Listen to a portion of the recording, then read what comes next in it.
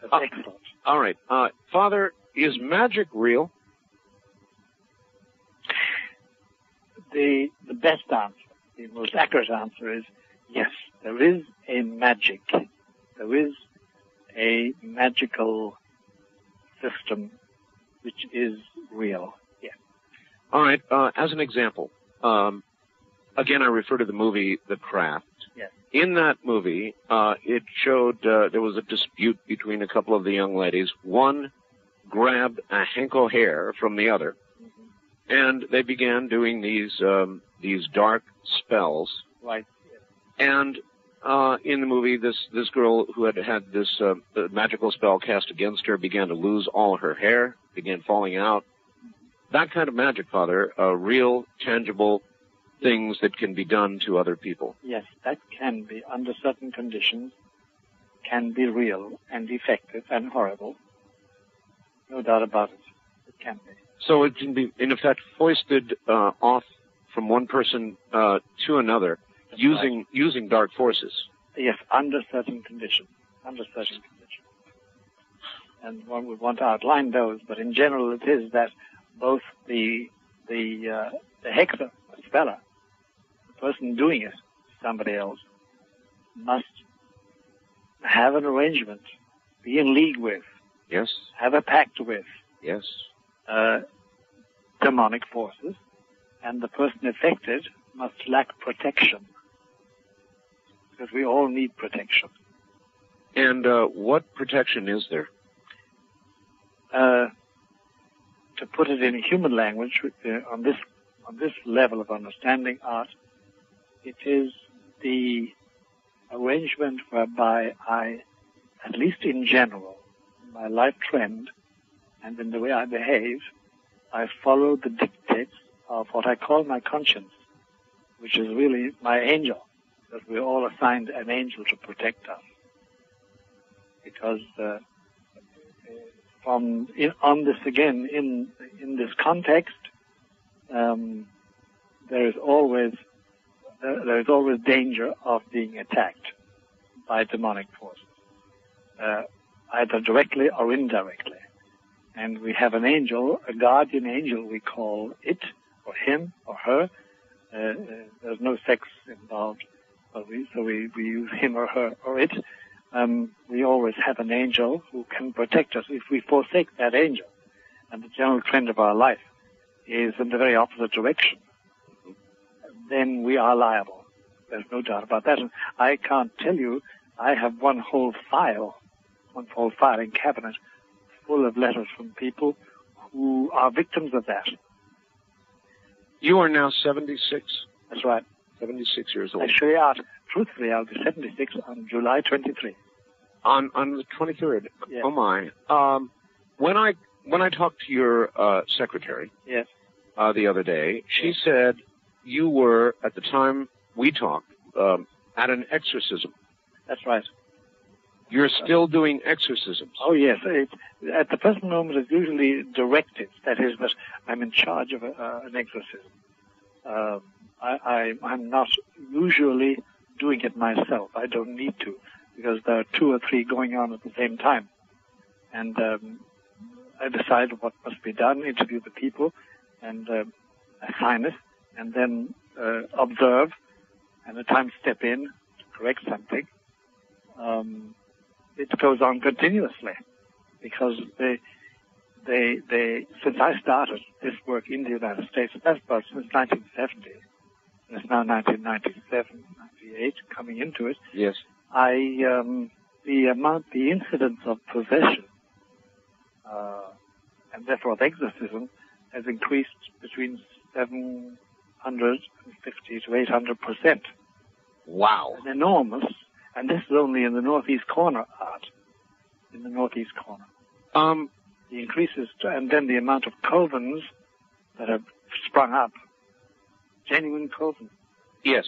Is enormous. When you say coven, would that be, for example, Wicca? Yes, there are Wicca coven. These are, coven is a general term for a group of people who are linked together by one main point, adoration and service of Lucifer. Huh. Many people involved, Father, in Wicca will tell me constantly that they are not of the dark side. Oh yeah, there is a white Wicca, as they call it, and it's really nature worship and that sort of business. You know, it's innocent in that sense. It's a reversal to the gods of nature and the gods of nature as such. And that, of course, has its own liabilities as regards belief in God itself, But the white Wicca, and I know the chief Wiccan in Long Island. She's a very respectable lady, and she holds classes teaching people how to enter Wicca, white Wicca. They will have nothing to do with any other form. So, but that's not what we're talking about, really. It's a nature worship. And a lot of people are in it. Many who are in it because of disillusionment with religion, Judaism, Christianity, Catholicism, yes, Presbyterianism. You know what I mean? They've had it up to there, as we say, with a form of religion that they find this consoling. And they love animals, and that's what they never have sacrifices of little animals, dogs or cats or birds or horses or anything like that. It's a nature worship, and you see, if we use the word paganism, it has connotations for the ear that are sort of bad. You know, these are what the ancient Romans and ancient Greeks and all those people practiced. Is it as dangerous for one's soul as even the darker forms of Wicca? No, it is not. And I've met many Wicca people who are led out of it by sheer devotion to nature, and by finding out that the beauty and the truth around them must mirror some greater beauty, greater truth, more permanent beauty and truth elsewhere. And that's God. But it all depends. It's very hard to give an accurate answer to your question, because it all depends on what graces have been offered you. Has God entered your life and have you refused Him? Do you understand me? Have you rejected an invitation from God? Father, I don't feel I've ever had one. I don't doubt a creator. Mm-hmm. However, I have no tangible proof, and I am the kind of person mm-hmm. who has a very difficult time believing in that which I cannot prove, and I'm constantly striving to prove and to learn through every avenue I can manage, some mm-hmm. of them probably very less worthy than you can imagine. Mm-hmm. But I'm constantly searching and looking, and yet I've been unable to make that leap of faith. And I don't know that I've ever received a specific invitation. How does one know? Well, I'll tell you. Somebody has said, and it's a way of entry into this. Somebody has said that if I say to you, and I'm not me and you're not Art Bell, so we're two mythical people. But if I say to you, look, I want to love you, that's the beginning of love. It's the beginning of love. If I say, I'd love to believe in you, uh-huh. It's the beginning of belief. In fact, there's no Jewish theologian or Christian theologian who would dispute the fact that if you say that, it means that it's a grace in itself. It's a grace in itself. Just to say the words. Just to say the words. Because otherwise you'd be feckless. You wouldn't bother. You wouldn't bother your head. You regard it all as piffle, as nonsense, garbage. And there's this about it too, Art. There's this about it also. That you can be drawn along for decades by the wish that one could get grace, and one doesn't, apparently, consciously, mentally, rationally. And all the while, you're getting grace. Because grace is something of which you're not conscious. Does it come upon you as a slow stage possession would? That's right. It does. And it comes upon you in this, that when you find that, for instance, the fire is in you that once upon a time tended you to less good actions, tended you to less pure motives, that limited your original fits of anger, of lust, of gourmandise, of jealousy. You find those fires dying down, and a certain pacific sense entering your inner being, and there is something taking place. But is that not a natural progression of age? No. No? Pastoral experience teaches me, and I'm long enough at it, that on the contrary, in my native language, Gaelic, Dolanishak Dolanolkas is a famous phrase. Getting older and deeper into sin. The older you get, the worse you get. Pastorally, it's not the way it is art. People do not mellow and mature and get gentle and calm and compassionate. On the contrary, they don't, except some people do. Well, then maybe there is some hope for me, because surely those things are occurring to me. Those things you described, as I grow older, are occurring to me. I know they are. And what God must do in your case, in my case, in every case, when he wants them, he must purify the rust in you.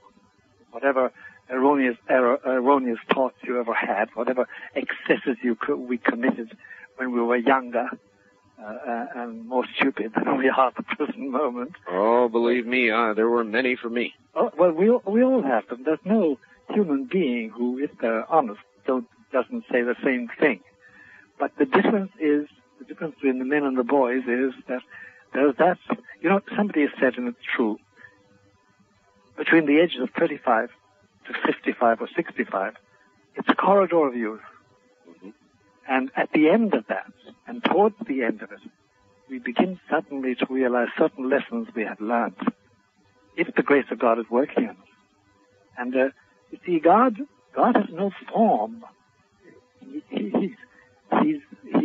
say he because that's the way the Bible speaks, and that's the way we talk in human language. We have no neutral words in our English language anyway to express his existence. But he draws us along gently, I think, until finally he can perfect it before we die. So that when we die, we go to him and not elsewhere. Good. Here's a fax in. I have suspected, Father Martin, that I may be possessed, very subtly, for a long time now. How it started is a long story, but after listening to you, my suspicion is now much stronger. Please tell me if there is anything to do about this, or what it means for my soul in the long term. I'm really scared. Please help. Unsigned, of course. Well, now, in this case, you see, we don't know what religious denomination this person is, whether they're Christian or Jewish or Hindu. Does it matter? Well, it does, because of the things we can appeal to for understanding. You see, look, you and I now already, from all the talking we've done together, we have a mutual understanding. Yes. You haven't got to explain your terms to me at all. I know where you're going with a sentence, and you know generally where I'm going when I'm talking. But with a total stranger, you have to have some surface markings. You must know what their background by way of education, what religious, if any, ritual they have followed or been exposed to, and what are their thoughts, and then what has happened to them in concrete life situation, with their wives or their children or their husbands. This particular person, what I would say to them, whether they mean something to them or not, that they should start saying a simple prayer. And it is to Christ. And it is this, it's 5 words. Hide me in your wounds. And see the effect of that prayer on them. And that they can always write to me, if necessary. Can you perform an exorcism on somebody who is a non-Catholic, or even somebody without apparent faith? Sure you can, if they consent. I mean, if there's the basic consent. There's a civil as well as a religious aspect to this. There's a civil aspect. You can't do something to somebody unless you get the consent of somebody who is authority over them. Is it possible to perform an exorcism on somebody without their consent? In other words, in worst case scenario, could somebody literally be tied to a bed or bound in some way by Yes. family members, and have somebody like you